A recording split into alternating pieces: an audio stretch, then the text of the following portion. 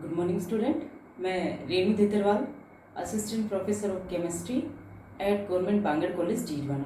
Dear student, photo chemistry के first lecture में अपन ने पढ़ा था general introduction of photo chemistry and difference between photochemical and thermal reaction, यानी फोटोकेमिकल रिएक्शन थर्मल रिएक्शन से किस तरह से डिफरेंट है।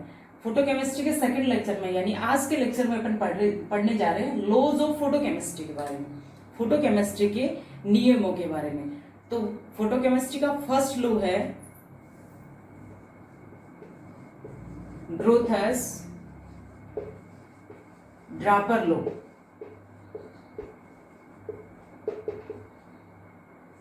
ग्रोथस Draper law, Grotthuss Draper law को फोटो केमिस्ट्री का फर्स्ट लॉ भी कहा जाता है।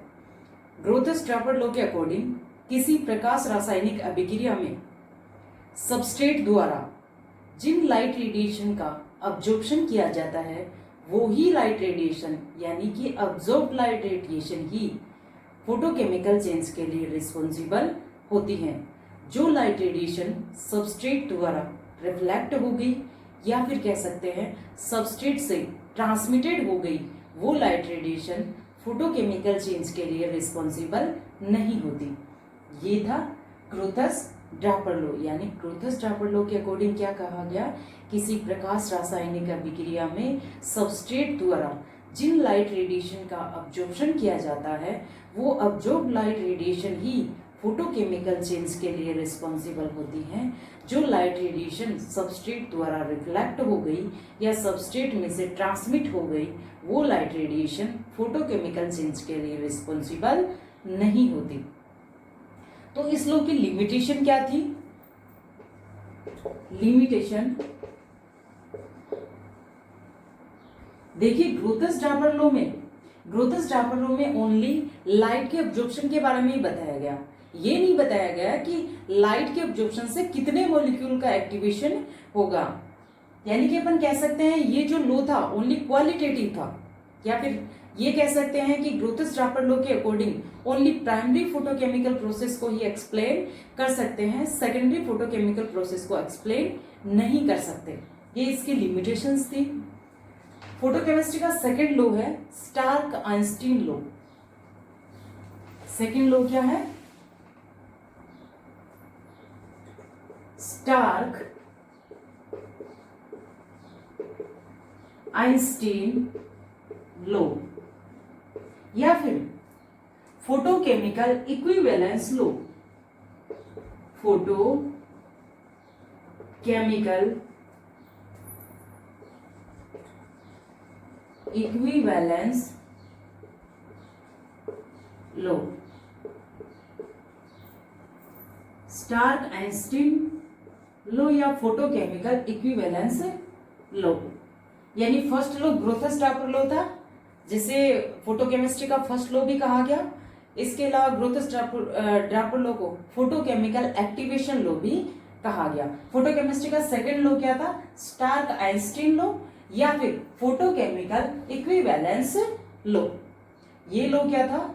इस लॉ के अकॉर्डिंग किसी प्रकाश रासायनिक अभिक्रिया में सबस्ट्रेट के मॉलिक्यूल द्वारा एक फोटोन या क्वांटा का अब्जॉर्प्शन करके एक्टिवेशन होता है, यानी किसी प्रकाश रासायनिक अभिक्रिया में सबस्ट्रेट के एक मॉलिक्यूल द्वारा एक फोटोन या क्वांटा का अब्जॉर्प्शन किया जाता है और एक फोटोन या क्वांटा के अब्जॉर्प्शन से एक्टिवेटेड मॉलिक्यूल फोटोकेमिकल रिएक्शन के प्राइमरी प्रोसेस में भाग लेता है।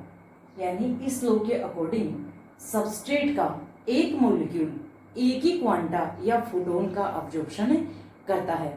इसलिए स्टार्क आइंस्टीन लॉ को वन मॉलिक्यूल वन क्वांटम सिद्धांत भी कहते हैं। तो स्टार्क आइंस्टीन लॉ का कहने का क्या मतलब था कि जो रिएक्टेंट है या फिर जो सबस्ट्रेट है उसके एक मॉलिक्यूल द्वारा एक ही फोटोन या क्वांटा का अब्जॉर्प्शन किया जाएगा। इसका मतलब जितनी एक फोटोन या क्वांटम की एनर्जी है उतनी ही सबस्ट्रेट के एक मॉलिक्यूल द्वारा अवशोषित ऊर्जा होगी। तो एनर्जी ऑफ वन फोटोन, एक फोटोन की एनर्जी कितनी होती है? H mu. Energy of one photon यानी एक फोटोन की एनर्जी होती है एच म्यू। एक फोटोन को सबस्ट्रेट के एक अणु ने ऑब्जॉर्ब किया, इसका मतलब सबस्ट्रेट के एक मॉलिक्यूल द्वारा अवशोषित ऊर्जा भी क्या होगी, एच म्यू। यानी यह अपन क्या कह सकते हैं, क्रियाकारक के एक अणु द्वारा अवशोषित ऊर्जा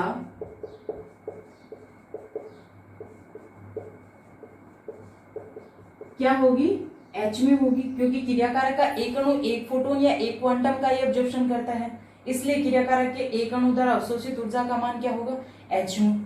तो क्रियाकारक के एक मोल अणु द्वारा अवशोषित ऊर्जा क्या होगी, क्रियाकारक के एक मोल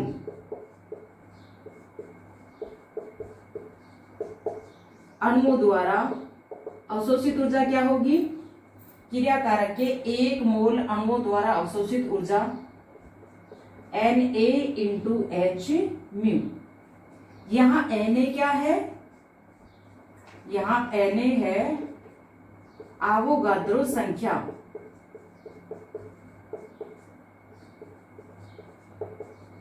आवोगाद्रो संख्या। डियर स्टूडेंट, अपन जानते हैं कि एक कोई भी जो अपन ने सबस्ट्रेट लिया है उसके एक मोल अणुओं की संख्या किसके बराबर होती है, अवोगाद्रो संख्या के बराबर होती है। जब सबस्ट्रेट के एक मॉलिक्यूल द्वारा एच म्यू एनर्जी अब्सॉर्ब की जा रही है तो सबस्ट्रेट के एक मोल अणुओं द्वारा कितनी एनर्जी अब्सॉर्ब की जाएगी, अवोगाद्रो संख्या इंटू एच म्यू। तो ये जो एनर्जी है इसको अपन कहते हैं वन आइंस्टीन, यानी कि सबस्ट्रेट के एक मोल अणुओं द्वारा अवशोषित की गई ऊर्जा को एक आइंस्टीन कहा जाता है।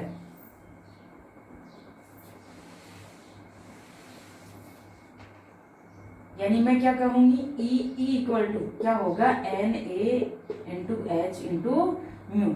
ये क्या है, one Einstein. One Einstein is equal to क्या होगा, अवोगाद्रो संख्या into Planck constant into mu. अपन जानते हैं कि फ्रीक्वेंसी क्या होती है, C अपॉन लैम्डा। तो one Einstein E equal to क्या होगा, Na into H into C upon lambda.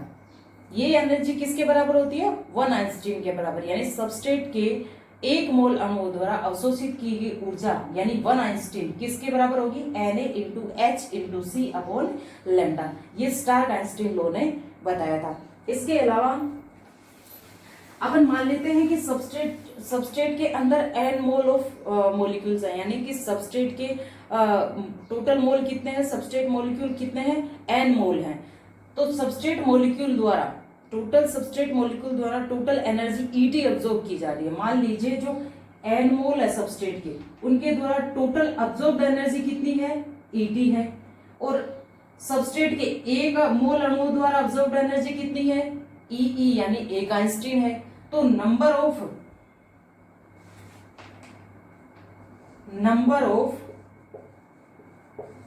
Moles of product form equal to क्या होगा, ET अपॉन EE।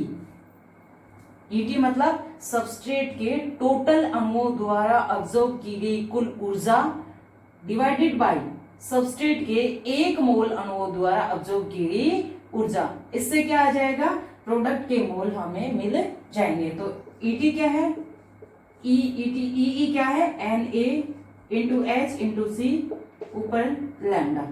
तो ये क्या आ गया, number of moles of product form. यानी स्टार्क आइंस्टीन लॉ के according number of moles of product कितने आने चाहिए, total absorbed energy by substrate molecule divided by one mole अणुओं द्वारा अब्सॉर्ब की गई एनर्जी।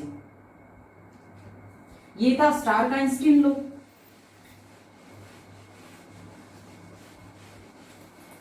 ये थे लॉज ऑफ फोटोकेमिस्ट्री। अब नेक्स्ट अपन पढ़ रहे हैं क्वांटम एफिशिएंसी या क्वांटम इल्ड।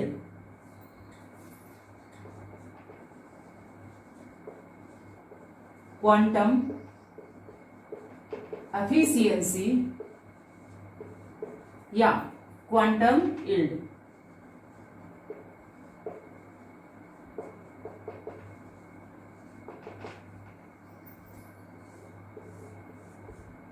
क्वांटम एफिशिएंसी या क्वांटम यील्ड।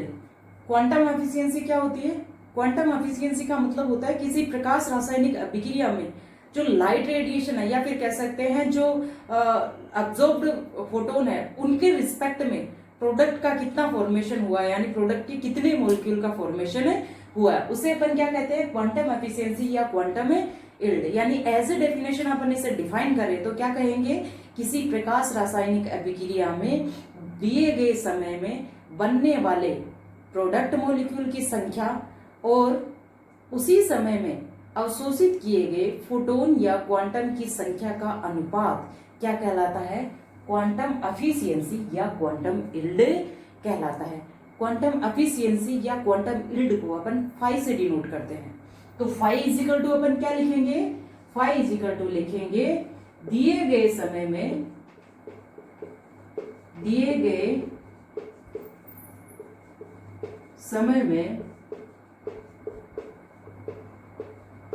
बनने वाले उत्पाद के अणु डिवाइडेड बाय उसी समय में अवशोषित फोटोन की संख्या।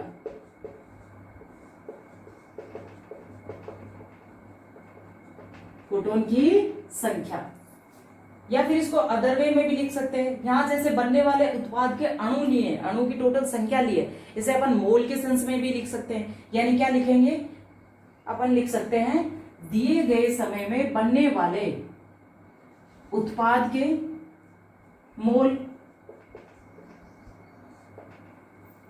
डिवाइडेड बाय उसी समय में अवशोषित फोटोनों की संख्या की जगह क्या लिखेंगे? फोटोन के मोल। तो देखिए फोटोन के एक मोल को अपन क्या कहते हैं? 1 आइंस्टीन कहते हैं। तो इसको अपन ऐसे भी लिख सकते हैं कि दिए गए समय में बनने वाले उत्पाद की मोल डिवाइडेड बाय उसी समय में अवशोषित होने वाले आइंस्टीन की संख्या। आइंस्टीन की संख्या। तो ये जो फाई होता है इसको अपन एज ए रिएक्टेंट के सेंस में भी डिफाइन कर सकते हैं। रिएक्टेंट के सेंस में कैसे डिफाइन करेंगे? रिएक्टेंट के सेंस में ऐसे डिफाइन करेंगे कि दिए गए समय में क्रिया करने वाले क्रियाकारक अणुओं की संख्या, दिए गए समय में क्रिया करने वाले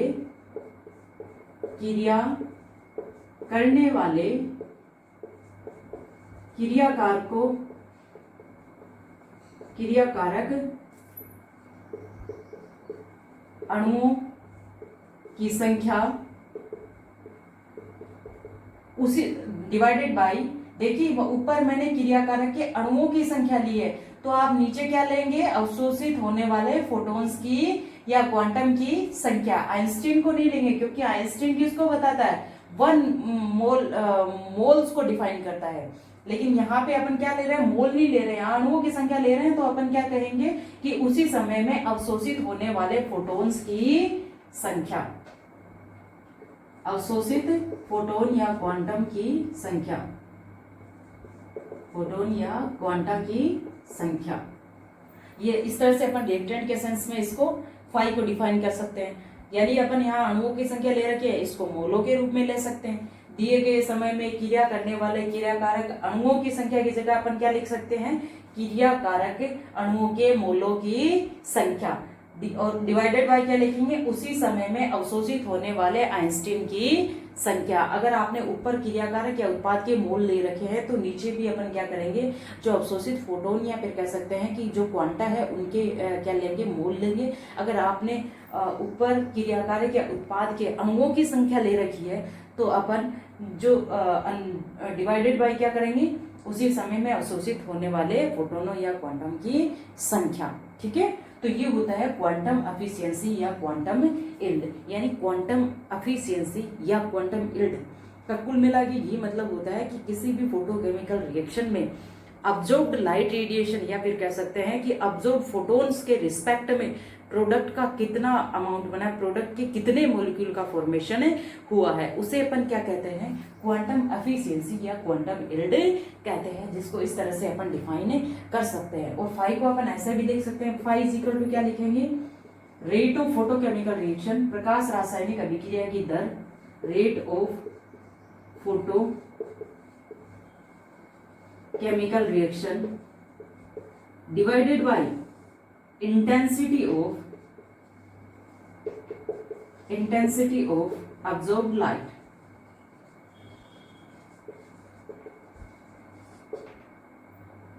यानी कि प्रकाश रासायनिक अभिक्रिया की दर डिवाइडेड बाय अवशोषित प्रकाश की तीव्रता। इससे भी अपन क्या निकाल सकते हैं, क्वांटम यील्ड का मान निकाल सकते हैं। तो ये जो क्वांटम यील्ड होती है, यानी फाई जो होता है, फाई का मान जो होता है, फाई का मान 1 के इक्वल भी होता है, 1 से कम भी होता है, और फाई का मान 1 के इक्वल भी होता है, फाई का मान 1 से ज्यादा भी होता है, और फाई का मान 1 से कम भी होता है। इसका क्या मतलब हुआ, फाई का मान अगर 1 आ रहा है, इसका मतलब क्या हुआ कि जितने फोटॉन्स या क्वांटम का अब्जॉर्प्शन हुआ है उतने ही प्रोडक्ट मॉलिक्यूल का फॉर्मेशन हुआ है। इसलिए क्या आएगा, जो product number of product molecule divided by absorbed photon का रेशियो क्या आ जाएगा, 1 आ जाएगा। उस कंडीशन में फाई का मान क्या आएगा, 1 आएगा। ये बात किसने कही थी, स्टारकाइंस्टीन ने कही थी। स्टारकाइंस्टीन ने ये कहा था कि जो रिएक्टेंट मॉलिक्यूल है वो किसी भी फोटोकेमिकल रिएक्शन में रिएक्टेंट मॉलिक्यूल के द्वारा, एक मॉलिक्यूल के द्वारा एक ही क्वांटम या फिर एक ही फोटोन का ऑब्जर्प्शन किया जाता है। जब रिएक्टेंट ऑब्जर्प्शन किया जाता है और वो मॉलिक्यूल फोटोकेमिकल चेंज में, वो एक्टिवेटेड मॉलिक्यूल फोटोकेमिकल चेंज में भाग लेता है। यानी कि स्टारकाइंस्टीन लॉ के अकॉर्डिंग फाई का मान क्या आना चाहिए, हमेशा 1 आना चाहिए। लेकिन सारी फोटोकेमिकल रिएक्शन के लिए, ऑल फोटोकेमिकल रिएक्शन के लिए फाई का मान 1 नहीं आता है।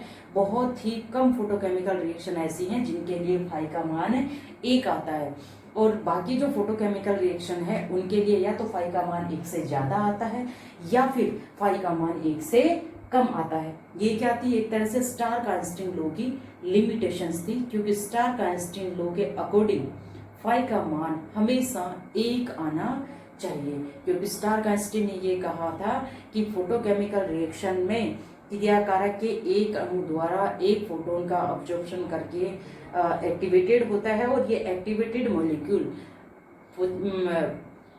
केमिकल चेंज के थ्रू या फिर कह सकते हैं फोटोकेमिकल चेंज के थ्रू प्राइमरी प्रोसेस में भाग लेता है, लेकिन ऐसा नहीं होता।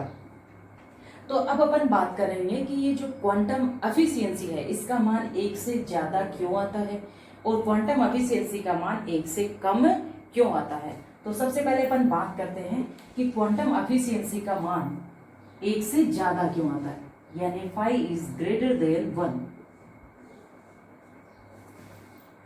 यानी कि are reason of high quantum yield.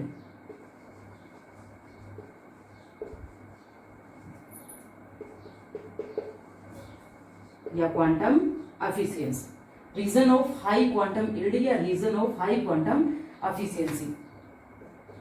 First reason क्या होता है, फर्स्ट रीजन ये होता है किसी प्रकाश रासायनिक अभिक्रिया में सबस्ट्रेट अणु द्वारा लाइट रेडिएशन के अब्जॉर्प्शन के बाद एक्टिवेटेड जो सबस्ट्रेट मॉलिक्यूल होता है वो डीएक्टिवेटेड सबस्ट्रेट मॉलिक्यूल से टकराकर उसे भी क्या कर देता है, एक्टिवेट कर देता है, जिसकी वजह से क्या आएगा, फोटोन का अब्जॉर्प्शन तो 1 हुआ लेकिन 1 से ज्यादा मॉलिक्यूल क्या हो गए, एक्टिवेट हो गए। उस कंडीशन में क्या होता है, फाई का मान 1 से ज्यादा आता है, अर्थात किसी प्रकाश रासायनिक अभिक्रिया में सबस्ट्रेट मॉलिक्यूल द्वारा, एक्टिवेटेड सबस्ट्रेट मॉलिक्यूल द्वारा डीएक्टिवेटेड मॉलिक्यूल से टकराकर उस डीएक्टिवेटेड मॉलिक्यूल को भी एक्टिवेटेड कर देने से क्या होता है, फाई का मान 1 से ज्यादा प्राप्त होता है। सेकंड रीजन क्या है, फोटोकेमिकल रिएक्शन में एक्टिवेटेड किसी फोटोकेमिकल रिएक्शन में एक्टिवेटेड सबस्ट्रेट मॉलिक्यूल द्वारा अगर activated substrate molecule free radical में अपघटित हो जाए तो वो क्या करेगा, आगे से आगे फ्री रेडिकल बनाएगा, यानी न्यूट्रल मॉलिक्यूल से रिएक्ट करके नए फ्री रेडिकल क्रिएट करेगा, यानी अपन कह सकते हैं एक चेन रिएक्शन स्टार्ट हो जाएगी। तो उस वजह से क्या आ सकता है, फाई का मान 1 से ज्यादा आ सकता है। नेक्स्ट सिचुएशन क्या हो सकती है, प्रकाश रासायनिक अभिक्रिया में, किसी प्रकाश रासायनिक अभिक्रिया में अगर उष्मा के रूप में ऊर्जा का उत्सर्जन हो रहा है तो वो उस उत्सर्जित उष्मा से अदर मॉलिक्यूल का एक्टिवेशन हो जाएगा और वो मॉलिक्यूल एक्टिवेट होकर प्रोडक्ट का फॉर्मेशन कर लेंगे। तो उस कंडीशन में भी क्या हो सकता है, फाई का मान 1 से ज्यादा आ सकता है।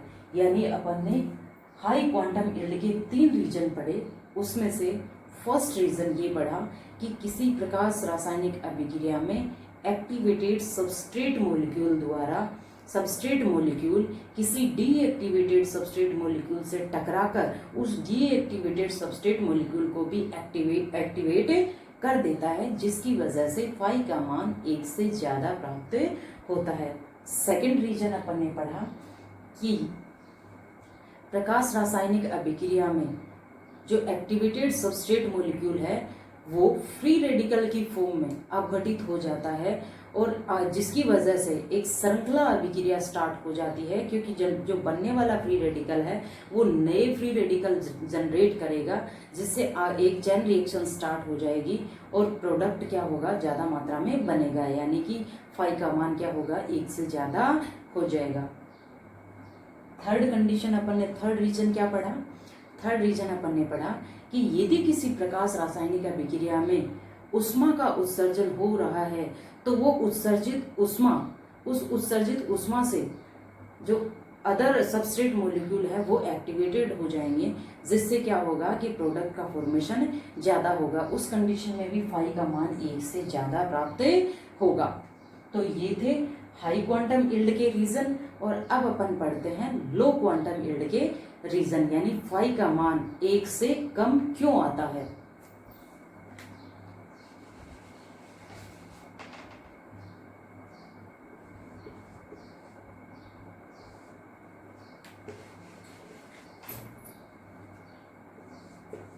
phi is lesser than 1. Low quantum yield